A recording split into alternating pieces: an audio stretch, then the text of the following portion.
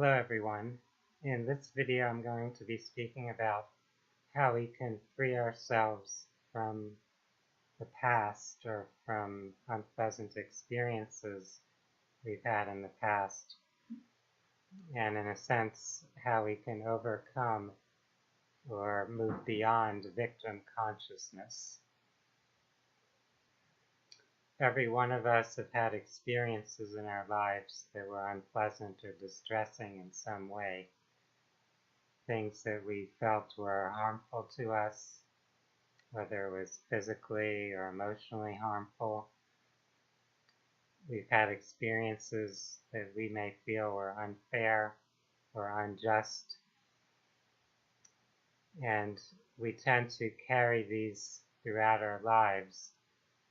We have, of course, the memory of the experience, but more importantly, we have the thoughts, beliefs, the emotions and feelings that are associated with those experiences, the meaning, in a sense, that we're giving to the experience.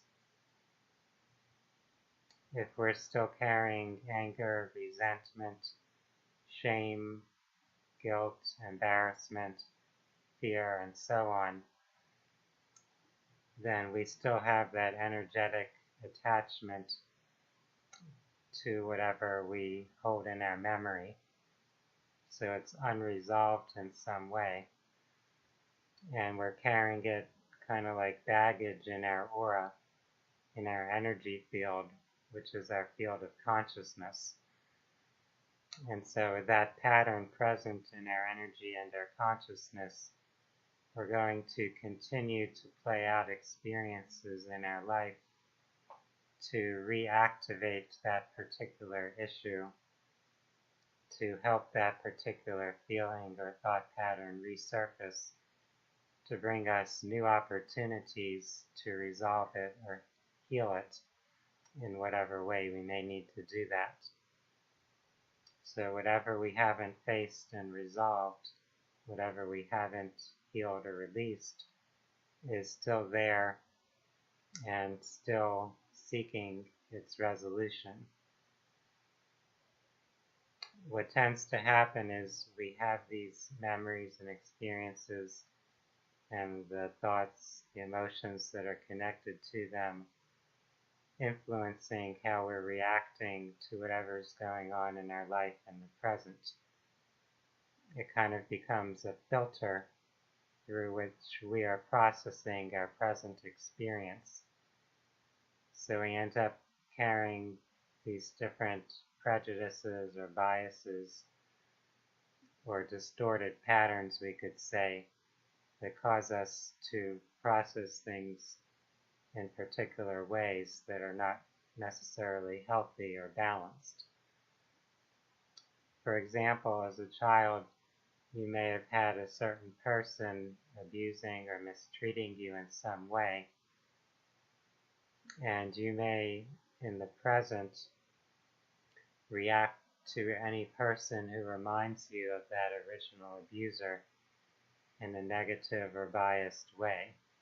So you may be afraid of that person, you may distrust that person when they're not even the one who did something to you in the past.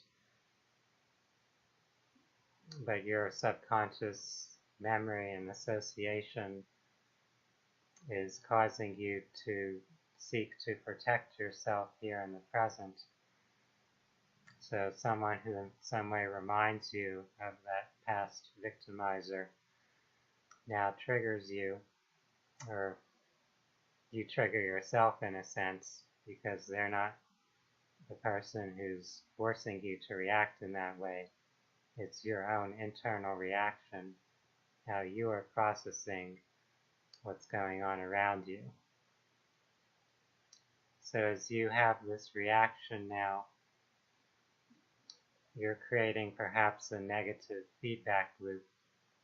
So either you are triggering someone else to act in a way that fulfills your negative expectation, or you may be distorting your perception or interpretation of someone else to make it fit what you are expecting.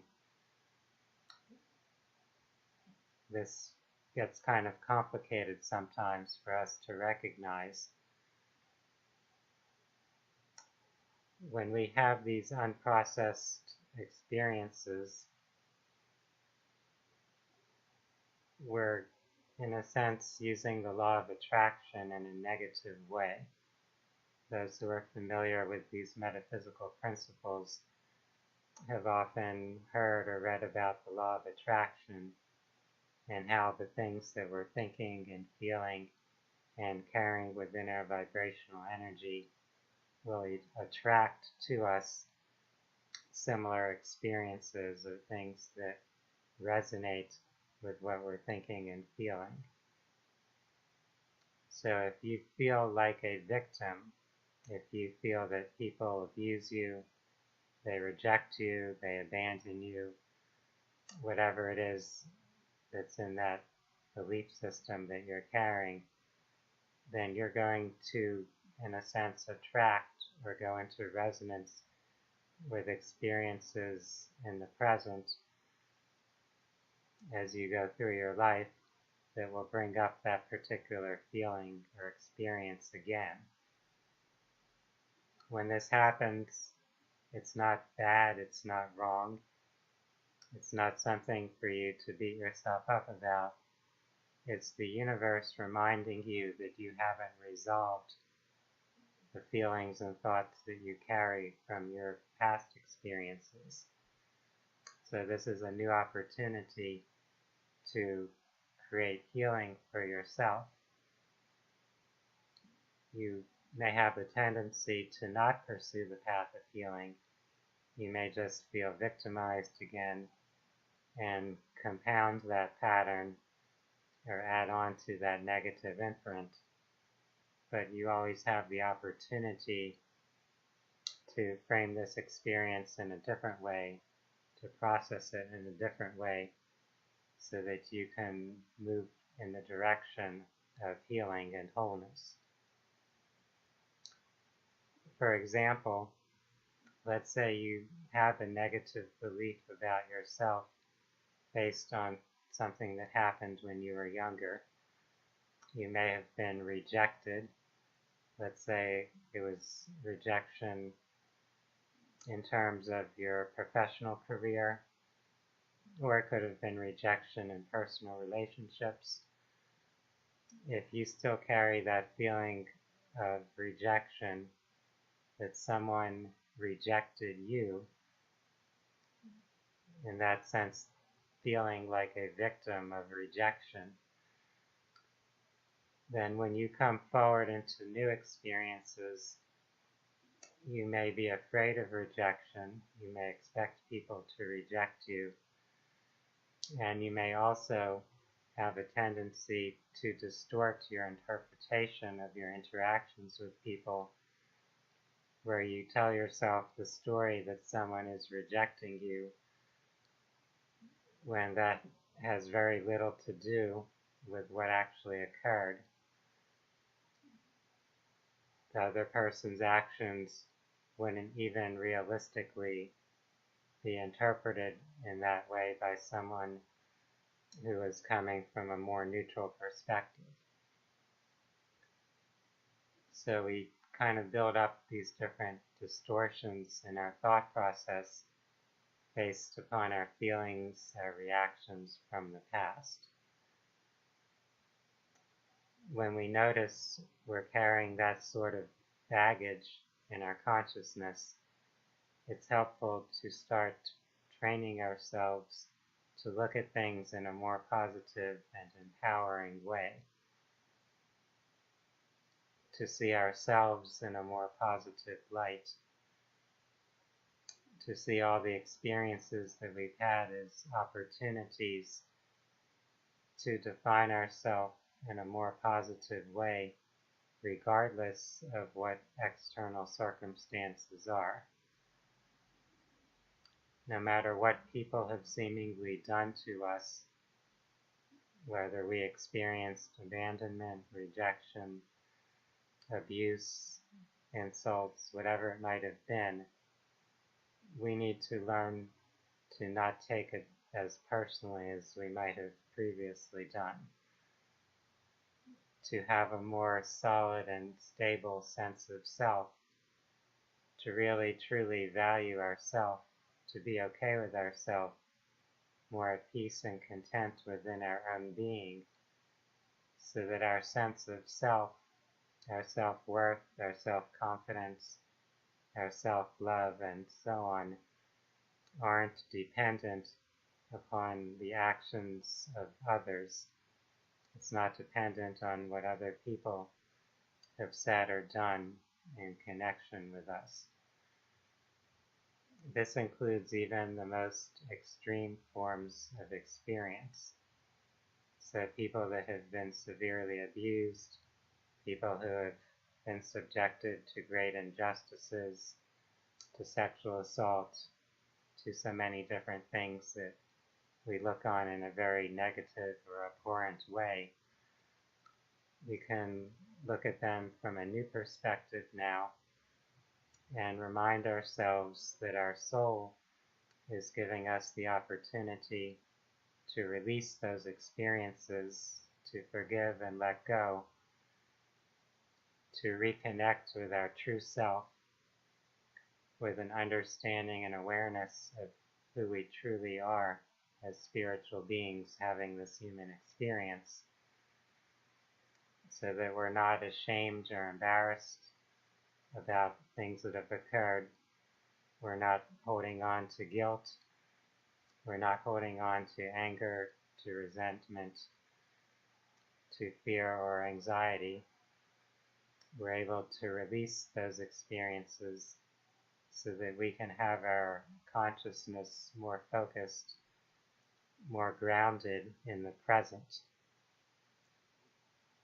Ideally, we can be fully present in our life in each moment, in each new experience, rather than projecting all those things from the past into the present. We may learn valuable things from the past, but we don't want the past to be distorting our reaction to the present. We don't want to be overreacting or overcompensating based on what we think, feel, or believe from our past experiences. So this means it's important to be able to reprocess, to reframe or give a different meaning to those experiences where they no longer feel distressing or traumatic, where we no longer feel like a victim of whatever that may have been, whether it's a victim of something physical, psychological, or social, a victim of rejection, abandonment, a victim of abuse or injustice. We can't go back and change the past. Whatever happened is what happened. It's what was meant to unfold in whatever way. It's what life provided for us as part of our personal evolution. So rather than resisting those experiences, rather than carrying a negative emotional reaction to them, we can learn now to surrender to them, to allow any feelings that are connected to them to arise and pass through us. This may even include releasing them on a physical level, letting those waves of energy pass through our body and be discharged. In doing healing work, this is something that comes up very commonly when memories are brought to the surface. The emotions arise and come through. Sometimes the person may need to cry about something. They may go through some type of physical reaction of shaking, of muscle movements, and so on. If that process is not allowed to be completed, to be released or resolved, then that energy, in a sense, is still stuck within that person's being and still potentially triggering the same patterns or reactions that they had before. So give yourself permission to access whatever memories and experiences haven't been resolved, to let them flow through, and to release whatever needs to be released without judging it, without rejecting it, without being critical of yourself in any way, just accepting that this is part of your journey, part of your path as a spiritual being. There is no such thing as a perfect life that has no challenges, no disappointments, no mistakes or errors per se, even though paradoxically there are no mistakes or errors. Whatever happens and whatever we experience is, in a sense, what we were ready to experience, what we were ready to do at that particular moment. So from this more holistic perspective, we can embrace all of our experiences, neither rejecting the experiences nor rejecting any aspect of ourself. This is how we find more integration and greater wholeness within our own being, by just allowing all of those experiences to be part of our journey, to contribute to our own personal process of evolution. As we do this, in a sense, we're setting ourselves free. We're no longer a slave, per se, to our past, no longer a victim of the world around us, of our circumstances, of our experiences. The worldly reality of whatever has occurred hasn't changed, but the meaning that we give to it, the way we process and conceive of things, is what is shifting. Human ego selves, the personality aspect, often will continue to look at things in certain ways, the way human beings commonly think about them. So if someone has survived some form of abuse, they may still look at that as having been a victim of abuse. But we can embrace more of a spiritual perspective, where we see ourselves as a spiritual being co-creating that experience to serve a greater purpose in our evolutionary journey. Thus, there coexist both of those perspectives. The worldly human perspective, where we see abuse, we see unfairness, we see injustice, simultaneous with that spiritual perspective, where we see everything contributes to a greater whole, to a higher spiritual purpose of self-exploration, of self-definition and self-mastery.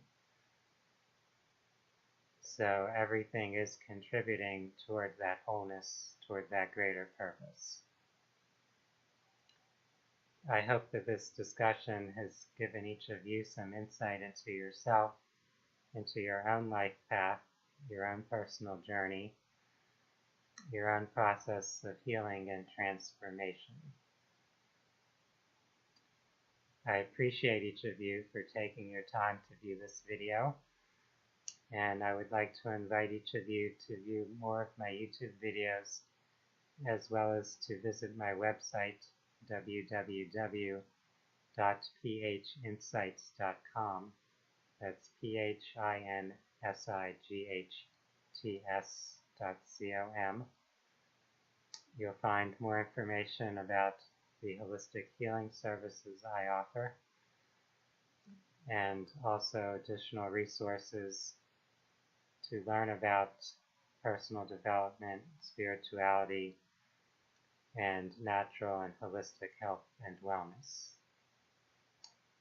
For now, I want to wish everyone a wonderful day. Namaste.